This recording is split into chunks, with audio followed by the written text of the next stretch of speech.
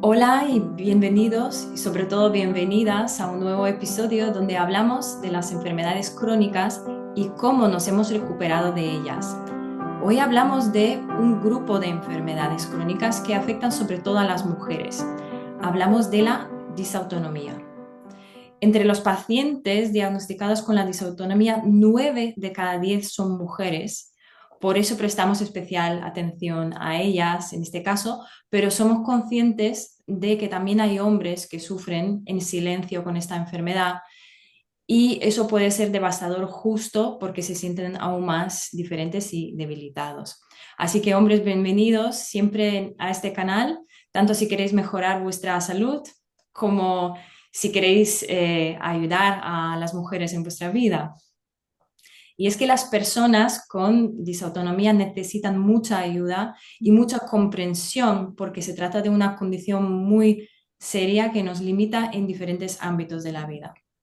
A nosotras nos ha pasado y nos recuperamos, entre otras cosas, gracias al apoyo de nuestras familias y especialmente gracias a la información avanzada de Médico Medio, los libros más vendidos a nivel mundial en el ámbito de la salud.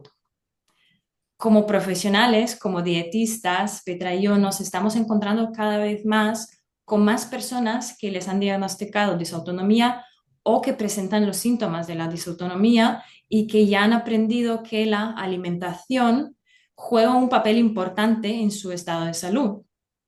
El trabajo multidisciplinar de los especialistas médicos y otros profesionales de la salud es muy importante en estos casos porque se trata de enfermedades complejas que afectan a la salud física, mental y emocional también.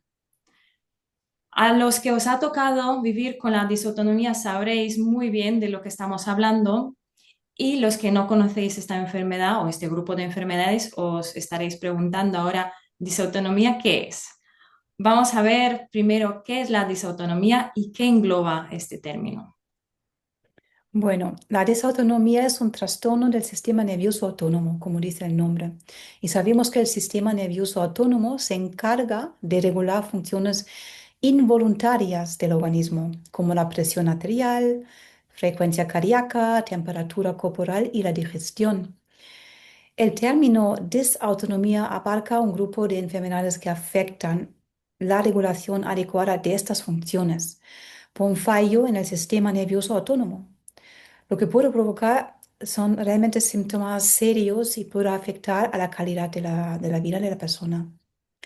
Desgraciadamente, la ciencia médica no explica de dónde viene este fallo o qué lo provoca, porque todavía ellos están buscando las causas. Por suerte, muchos hemos encontrado respuestas y gracias a ello pudimos mejorar. Más adelante contaremos cómo exactamente. Para daros una idea de qué abarca esta enfermedad, la ciencia nos cuenta que a grandes rasgos se divide este conjunto de trastornos en cuatro tipos diferentes, siempre según la función afectada. Primero está la bajada de la frecuencia cardíaca, lo que en casos graves puede provocar pausas o asistolia. Por ejemplo, disautonomía cardioinhibitoria.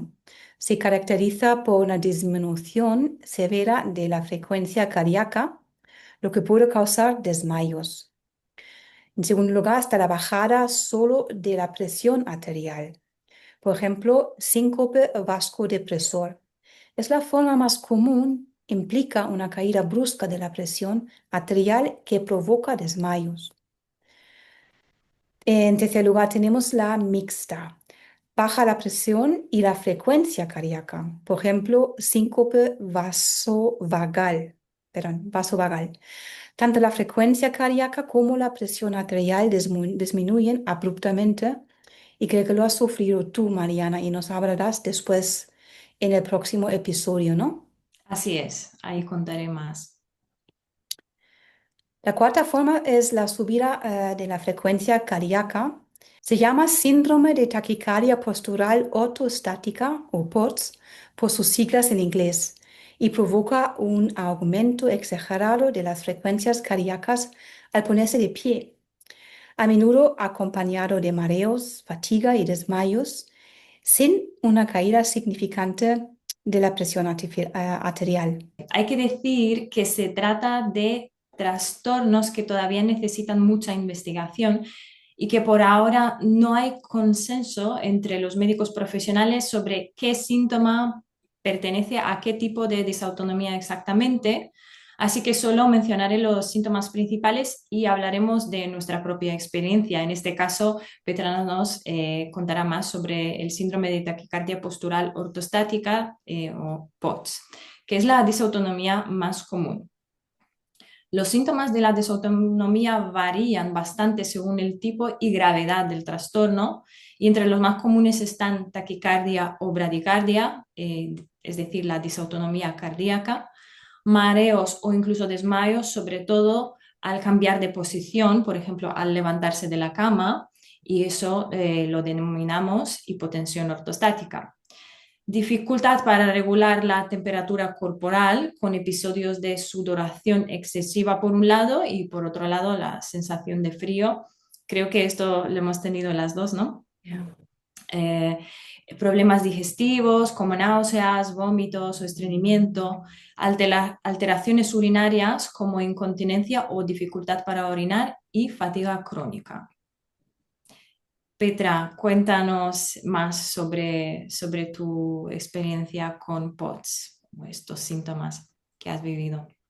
Bueno, realmente no sabía que tenía POTS, porque lo que me pasaba era sobre todo cuando iba largas distancias en el coche, cuando bajaba del coche, de repente, al estar de pie, notaba que la sensación era que no me llegaba la sangre al cerebro. Y incluso a ratos estaba tan grave que no llegaba nunca a desmayarme, pero que veía, pues la visión era negra, que no veía durante un momento. Claro, lo que ayudaba era apoyarme un poquito así en el coche o en algún sitio para dejar que vuelva la sangre donde tiene que ir. Entonces, esto era en un momento de mi vida cuando yo había sufrido tantos síntomas que solo pensaba, no, otro más, otra cosa rara más, porque ¿qué es eso? ¿Por qué no me llega la sangre al cerebro? Es lo único lo que podía pensar. Pero como no pasaba en momentos que podría prevenir, veía que venía esto, ¿no? Ahora he conducido mucho tiempo, ahora me bajo del coche, aquí está. Pues eso nunca me fue al médico para verlo. No recomiendo a nadie que le haga esto. Simplemente era mi caso porque yo estaba tan agobiada, abrumada de tantos síntomas y sentía que pues solo era un síntoma más que mi cuerpo me pasaba una mala jugada. Em, pero a veces me llegaba a asustar y era muy desagradable. También tenía los niños más pequeños, tenían que quedarse sentados en el coche y decirles, espera un momento, un momentito. Se asustaban, ¿qué te pasa, mamá? Nada, dejadme un momento. Y te sientes muy débil, te sientes, "Uf, ¿qué es? ¿Qué pasa si me pasa algo, no?" Ya, qué difícil, ¿eh? Cuando no, además, no depende solo nuestra vida, ¿no? Y nuestro bienestar de todo esto, sino el bienestar de nuestros hijos, ¿no? De nuestra familia en estos casos. Eh, y claro, como tú, hay muchas personas que ya sea por falta de tiempo o por no darle importancia, no van al médico. Incluso los que van al médico muchas veces no reciben este diagnóstico. Mm. Y, es muy difícil, ya hablaremos más adelante sobre esto, ¿no? Es difícil por muchas razones recibir un diagnóstico correcto, pero cuando se hace bien, el diagnóstico se basa en pruebas específicas para evaluar la función del sistema nervioso autónomo. Entre los métodos diagnósticos más comunes se encuentran la prueba de mesa basculante o tilt test en inglés para evaluar la respuesta cardiovascular a cambios posturales. Después también están las pruebas de función cardíaca como el monitor Holter, que la persona lleva puesto 1 o 2 días y va midiendo el ritmo cardíaco de forma continua. También se evalúa muchas veces la sudoración mediante pruebas termorreguladoras y si es necesario se hacen estudios de motilidad digestiva para identificar alteraciones gastrointestinales. El síndrome de POTS se diagnostica normalmente tanto observando los síntomas como midiendo la frecuencia cardíaca y presión arterial cuando la persona pasa de estar recostada a estar de pie. A mí, por ejemplo, me hicieron la prueba de la mesa basculante midiendo estos parámetros y lo hicieron tras pasarme una semana desmayándome constantemente. Claro, ya pasó a ser muy grave. Eso al final empezaba a preocupar mucho a mi familia. Yo tenía 21 años y me había pasado antes de vez en cuando, normalmente cuando contraía algún resfriado, un virus estomacal o algo así, en general cuando me bajaban las defensas, ¿no? Pero en ese momento empeoró mucho, así que decidimos ir a urgencias. Me pasaba normalmente al levantarme de la cama. Mm. Primero empezaba a sentir como unas náuseas fuertes, después una presión en la cabeza y a veces un pitido también, y después perdía ya el Uf, conocimiento, me desmayaba. Cada persona lo vive de una manera diferente y ahora entenderemos el por qué. ya. Vamos a ver qué nos cuenta la medicina convencional, qué es lo que está pasando, ¿no? En una persona con POTS, si nos centramos en este tipo de disautonomía. Vale, es muy interesante y tiene mucho sentido lo que nos explica la medicina convencional. Cuando una persona se pone de pie, debido a la gravedad, esa empuja la sangre y corre hacia las piernas. Esto hace que se reduzca el flujo sanguíneo a la parte superior del cuerpo, lo que incluye el corazón y el cerebro. Es por esto que en un cuerpo sano el cerebro inmediatamente envía unas señales que tensan los vasos sanguíneos en la parte inferior del cuerpo y que el corazón bombee más rápido. Tiene toda su lógica, ¿no? Así debería ser. Esto empuja la sangre hacia arriba y para que pueda llegar a todas las partes del cuerpo. Pero en las personas afectadas con POTS, estas señales cerebrales se cortan. No sabemos por qué, pero se cortan. Los vasos sanguíneos inferiores no se tensan lo suficiente al estar de pie y el corazón late mucho más rápido con el esfuerzo, en lo que llevaría en un intento de empujar la sangre hacia arriba. En algunos casos, esto hace que el cerebro y otros órganos no reciben suficiente sangre, lo que puede provocar, lo que acabamos de escuchar de ti, Mariana, desmayos y otros síntomas, ¿no? Supongo que también los pitillos, también es el flujo de la sangre que no llega como debe llegar y todos son indicaciones. Sí, síntomas neurológicos, sí. Ya. Bueno, la ciencia observa que el POTS puede afectar a cualquier persona, como has dicho antes, y a cualquier edad, pero que es mucho más común entre mujeres. Aunque la medicina convencional no habla aún del porqué de todo eso, la información de médico medio explica que esta prevalencia con mucho detalle y tenemos un episodio en el que hablamos de por qué las mujeres enfermamos más de este tipo de enfermedades crónicas. Recomendamos escucharlo. A pesar de observar algunos patrones, la investigación médica desconoce la causa de POTS y de otros tipos de desautonomía. Los investigadores sospechan que puede haber diferentes causas y que cada una de ellas podría requerir un tratamiento diferente. Anthony William, el autor de los libros de médico medio, explica claramente cuál es la causa y cómo llegamos a desarrollar POTS y otras desautonomías. Sí, Médico Medium explica todo esto en mucho detalle, ¿no? Que en el caso de POTS se trata de una infección viral crónica donde el virus de Epstein-Barr ha estado presente en el hígado durante mucho tiempo. Tenemos 2 episodios sobre el virus Epstein-Barr que recomendamos ver para entender mejor este virus, cómo funciona en nuestro cuerpo, especialmente si os pasa como nos pasaba a nosotras, por ejemplo, que sufrimos de varios problemas crónicos de salud diferentes. Este virus lo que hace es producir neurotoxinas que afectan el sistema nervioso y la inflamación causada por esas neurotoxinas puede causar síntomas al levantarse de la cama, al agacharse, intentar subir una cuesta o hacer un esfuerzo. Es muy común que la inflamación afecte a los nervios vagos. Algunas personas experimentan una sensación similar a la de piernas muy pesadas, como si tuviéramos sacos, ¿no? Atados a las piernas, muy pesados, debilidad en todo el cuerpo, incluso la sensación de desplomarse. Los síntomas que tenemos de POTS, según médico medium, van a depender, entre otras cosas, de qué parte de los nervios vagos está afectada. Si las neurotoxinas inflaman, por ejemplo, la parte inferior del nervio, provocan mareos que pueden ir acompañados de náuseas. Es por estas diferencias en el lugar de la inflamación neurológica que diferentes personas experimentan una variedad de síntomas, una gran variedad de síntomas, desde la dificultad para hacer ejercicio hasta aturdimiento, confusión mental, visión borrosa, dolor en el pecho, fatiga, desmayos, etcétera.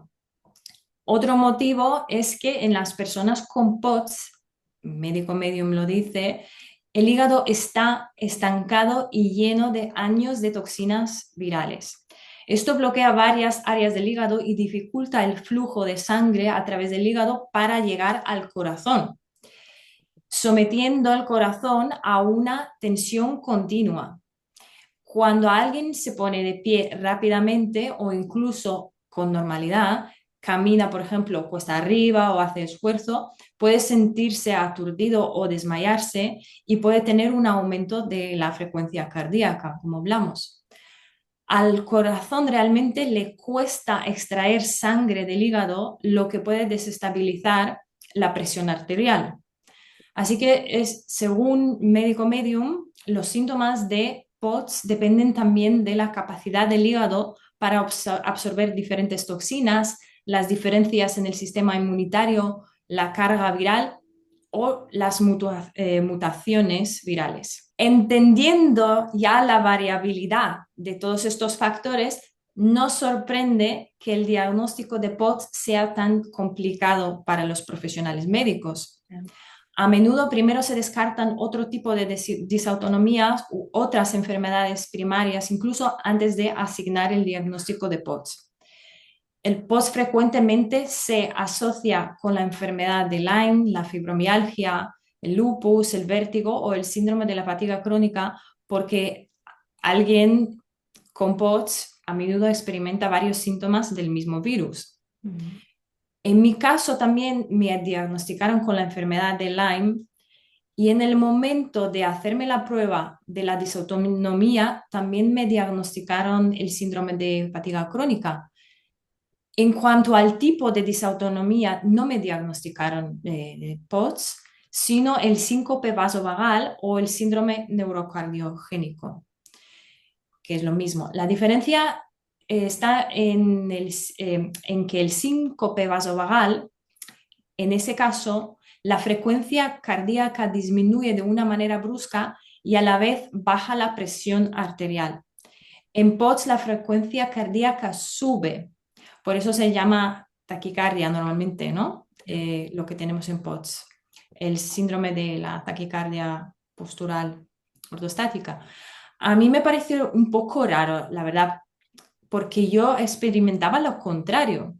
Yo experimentaba taquicardias a diario, nada más levantarme de la cama por las mañanas. Lo digo porque he trabajado con varias personas que también se dan cuenta y sienten más las taquicardias, es decir, las subidas, cuando las experimentan, más que la bradicardia, es decir, la bajada, ¿no?, de la frecuencia cardíaca, que pasa como más desapercibida.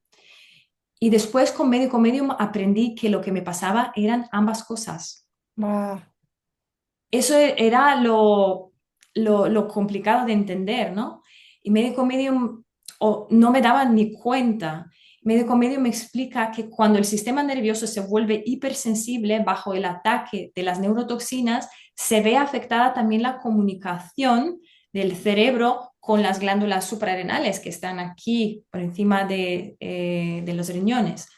Las glándulas suprarrenales empiezan a recibir mensajes muy inconsistentes que por un lado mandan a producir a plena potencia o bajar la producción de las hormonas. Y puesto que la frecuencia cardíaca está relacionada con la cantidad de la adrenalina producida por las glándulas, sentimos que el corazón se acelera cuando estamos produciendo más adrenalina y al revés, ¿no? Cuando estamos bajo estrés, pues se nos acelera el corazón. Además, la adrenalina, la hormona de estrés, en este caso no es consecuencia de un estrés o una relajación externa que venga desde fuera, ¿no? Es decir, no es un estrés que nos provoque otra persona, un evento, una situación externa estresante, sino que pasa dentro del cuerpo y ese ritmo cardíaco nos puede parecer por eso imprevisible o incluso aleatorio porque no lo percibimos. No. Lo que quiero decir es que hay personas que experimentan tanto la taquicardia como la bradicardia y que hoy en día les diagnostican con POTS. Antiguamente solo se diagnosticaba POTS a los que tenían la frecuencia cardíaca alta, pero se dieron cuenta con los años que puede ser alta momentáneamente y bajar de una forma repentina después. Por eso el protocolo de POTS de médico medio me ha servido a mí también, a pesar de que algunos médicos lo diagnosticaron con síncope vasovagal y otros como POTS. Por eso es importante no encasillarnos en un diagnóstico, sino observar nuestros síntomas y hablar con varios especialistas para obtener una imagen más completa de nuestro cuadro clínico, creo. Creo que es muy importante lo que dices.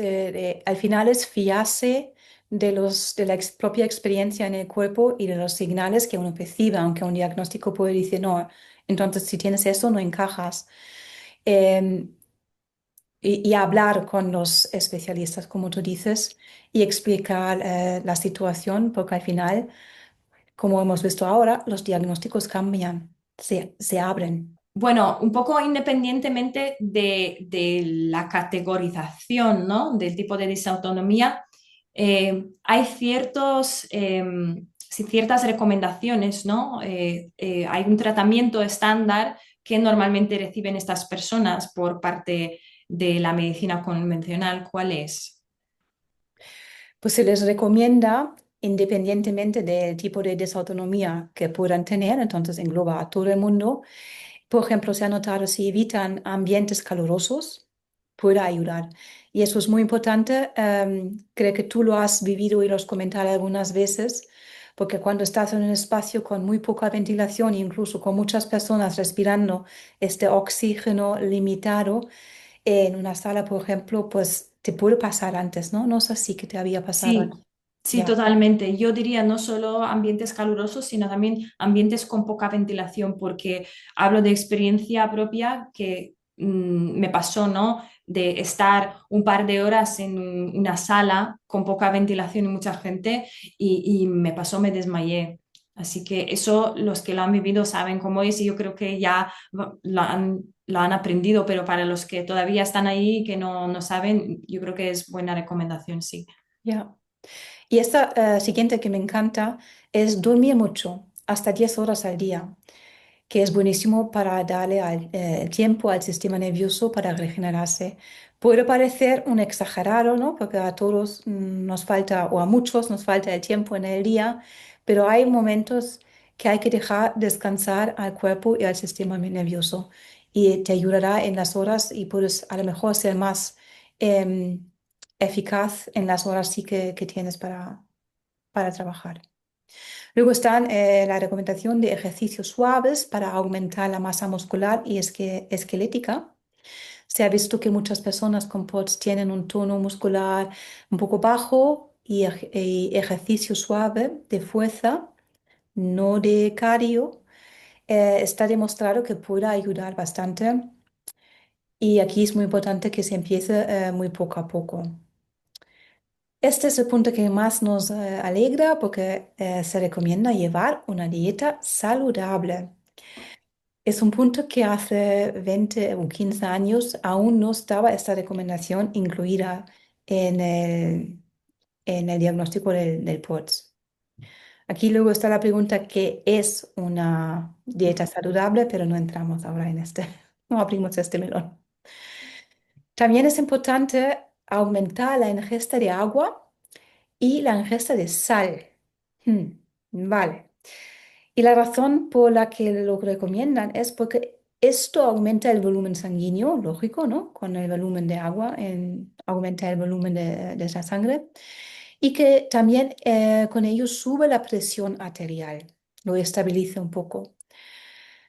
Am, pero hay que ir con un poco de cuidado de qué tipo de sal estamos hablando, ¿no? Hay una gran diferencia entre la calidad de sales y luego las sales minerales que recomienda Anthony. Entonces, si queréis saber más sobre tipos de sales y qué recomendaciones da Medico Medium, tenemos un episodio hecho y recomendamos que lo escuchéis.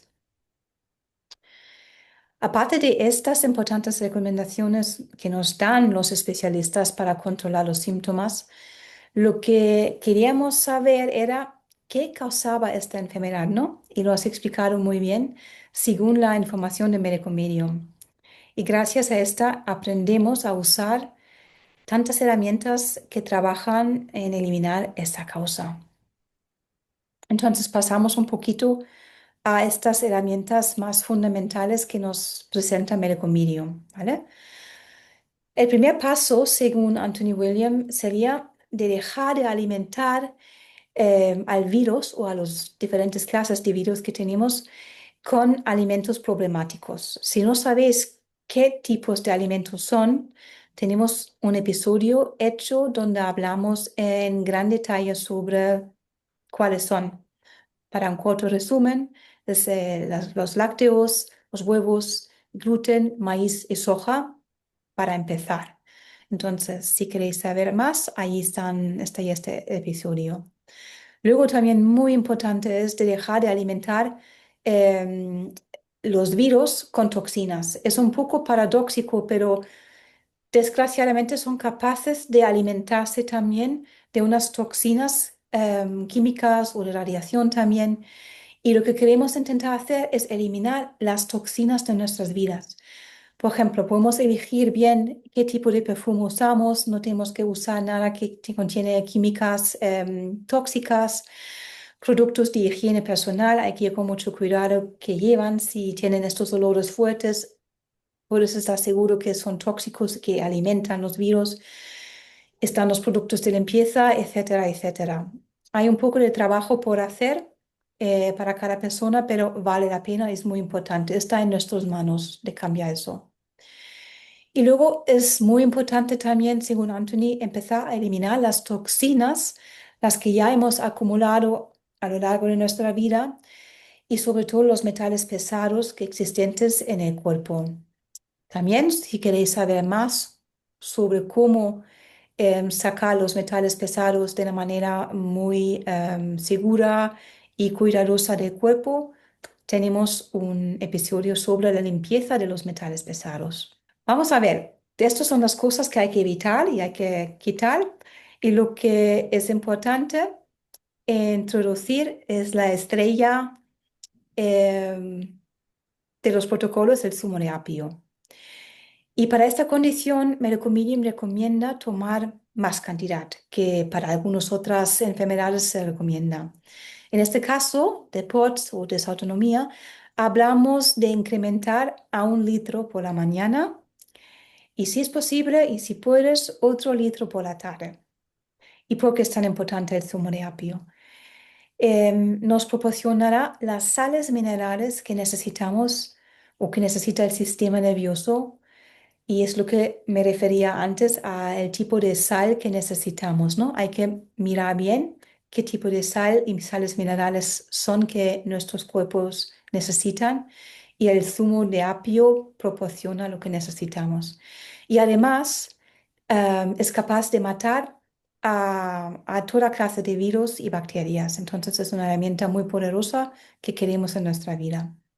También tenemos un episodio sobre el zumo de apio. Está en el libro Cuida tu cerebro. Hay una serie de shorts o chupitos de alimentos saludables.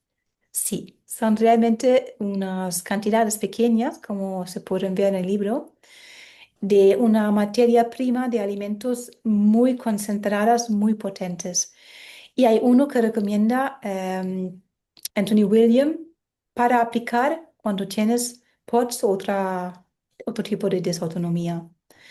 Os voy a leer rápidamente de qué ingredientes contiene el shot de exposición a patógenos, ¿vale? Necesitamos 6 ramitas de tomillo fresco, 2 ramitas de romero fresco, un diente de ajo pequeño. Este ingrediente es opcional. 2 espárragos medianos crudos que llegan a ser media taza cortado. 2 coles de Bruselas crudas y 1 o 2 tallos de apio, ¿vale? Y la manera de prepararlo, exprimirlo con un exprimidor de zumo. Gracias. Exactamente. Y hay que hacerlo en este orden como lo he leído, ¿vale? Uno detrás del otro, justo en este orden, y si es posible, tomarlo recién hecho. Así tiene el máximo potencial. Cubrimos un par de herramientas más que recomienda Anthony. Está la infusión de hibiscus, que tomándolo con regularidad ayuda mucho. Tenemos el hongo chaga, que se puede tomar en cápsulas como de suplementos o incluso como un té. Y luego está la miel cruda. Nos encanta la miel cruda y además hemos hecho un episodio reciente sobre la miel donde os explicamos cómo podéis saber si tenéis la miel correcta y por qué es tan importante que sea cruda. Exacto, un episodio súper interesante, no os lo perdáis. Gracias, Petra. En este libro que os estaba enseñando, Cuida tu cerebro, encontraréis el protocolo completo de Medicomedium para POTS. No tiene un protocolo específicamente llamado para disautonomía, por eso digo que yo, que fui diagnosticada con síncope vasovagal, pude beneficiarme del protocolo de POTS. Cuando leáis un poco más de información de Médico Medium veréis el por qué, también hemos explicado un poco hoy. Es verdad que son bastantes herramientas, bastantes recomendaciones, porque al final las condiciones neurológicas requieren mucha atención y mucho cuidado y darle tiempo al cuerpo, que es lo que estábamos hablando antes. Y si alguien tiene alguna duda relacionada con su situación personal, Petra y yo ofrecemos consultas privadas y lo más importante, no olvidéis hablar con vuestro especialista, en este caso con el neurólogo, el cardiólogo, vuestro médico de confianza. ¿Tú has mejorado, pero? Sí, he mejorado, claro, Has claro. mejorado, vale. No lo hemos dicho Sí, claramente.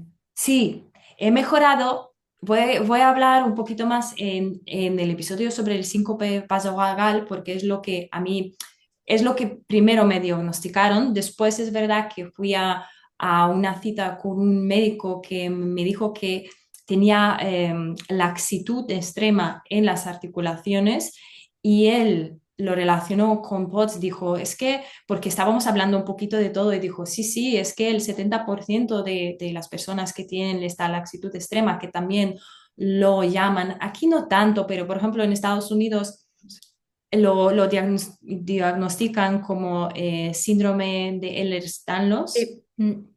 Entonces hay una conexión, ¿no? Hay muchos artículos científicos hablando de esto, entre la conexión, de la conexión entre este síndrome y el POTS, pero el primero fue el síncope vasovagal. Entonces hablaré más de esto, pero sí, yo mejoré mucho, ya no me da miedo ir sola andando por la calle, es que a veces era un poco así, ¿no? Hasta que es verdad que las recomendaciones que me dieron los médicos me ayudaron, me ayudó sobre todo entender que, ¿no? Que esto me va a seguir pasando, ¿no? Y me dijeron, no hay cura, ¿no? Esto simplemente son recomendaciones que te damos para controlar y para que no te desmayes, sobre todo lo que yo siempre tenía miedo y mi madre también me desmayaba muchas veces y si no estaba preparada, me desmayaba estando de pie y entonces mi madre me decía, un día te vas a romper la cabeza.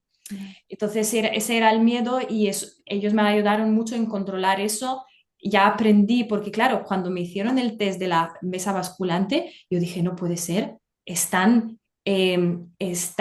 creando esa misma situación que yo siento siempre cuando me desmayo. No me lo podía creer que lo podía recrear. Me dieron una pastillita y tal, y cuando subieron la mesa, dije, y me dijeron, dime cuándo, si llegas al momento de sentir que te vas a desmayar. Y yo, sí, sí, ahora. Y no me lo creía, yo no me lo creía que es lo que podían hacer, ¿no? Y es lo que más me ayudó, ¿no? Saber que es entender que eso me pasa, que no soy la única y que hay maneras de controlar los síntomas, eso, ¿no? Sobre todo cuando empezaba a sentir esa misma sensación, lo que hacía era sentarme en el suelo, sea donde sea, me sentaba en medio de la calle y levantaba las piernas. Y Ya. entonces la sangre volvía, como tú decías, volvía, ¿no? a la cabeza, porque yo también sentía que no me llegaba el oxígeno. Esa Ya. era la sensación. Por eso creo que también evitaba esos ambientes con poca ventilación y demás, claro, porque como la sangre no llega, no llega el oxígeno. Entonces es duro, es duro convivir con ello, pero hay soluciones, hay maneras de controlar los síntomas y hay maneras de ir a por la causa. Así que Ya. todos animamos, ¿no? A todos los que viven con estos síntomas que, que vayan a hablar con su médico y que si les interesa trabajar en la causa, que también es posible. Bueno, sí, fantástico. Solo quiero mencionar que yo apenas lo tengo, ha mejorado. Yo tenía la forma más leve, no era como tú, pero apenas lo tengo. Qué bien. Fue con los protocolos de médico medium en mi caso, porque dijo que nunca tenía el ánimo de irme al médico. Em, y a veces suele pasar cuando noto que tengo una gripe, cuando tengo una carga viral extra y noto que mi sistema no está tan fuerte como debería ser y hay más neurotoxinas. A veces me pasa, pero es mucho más leve y simplemente digo, mira, hoy estamos en este estado, entonces hay que dormir más. Sí, sí, a mí también me pasó una vez cuando estaba bajo mucho estrés emocional, físico, cuando mi padre estaba muy enfermo y no tenía tiempo de cuidar de mí misma y la cantidad de estrés fue tal que me volvió a pasar una vez y después nunca más. Así que Enhorabuena. se nota, ¿no? Que es verdad lo que dice Anthony, que todos estos factores, ¿no? Tanto los patógenos, las toxinas, como una cantidad grande de estrés influyen, ¿no? Sí. Totalmente. Pues gracias por escucharnos y nos vemos en el próximo episodio. Gracias.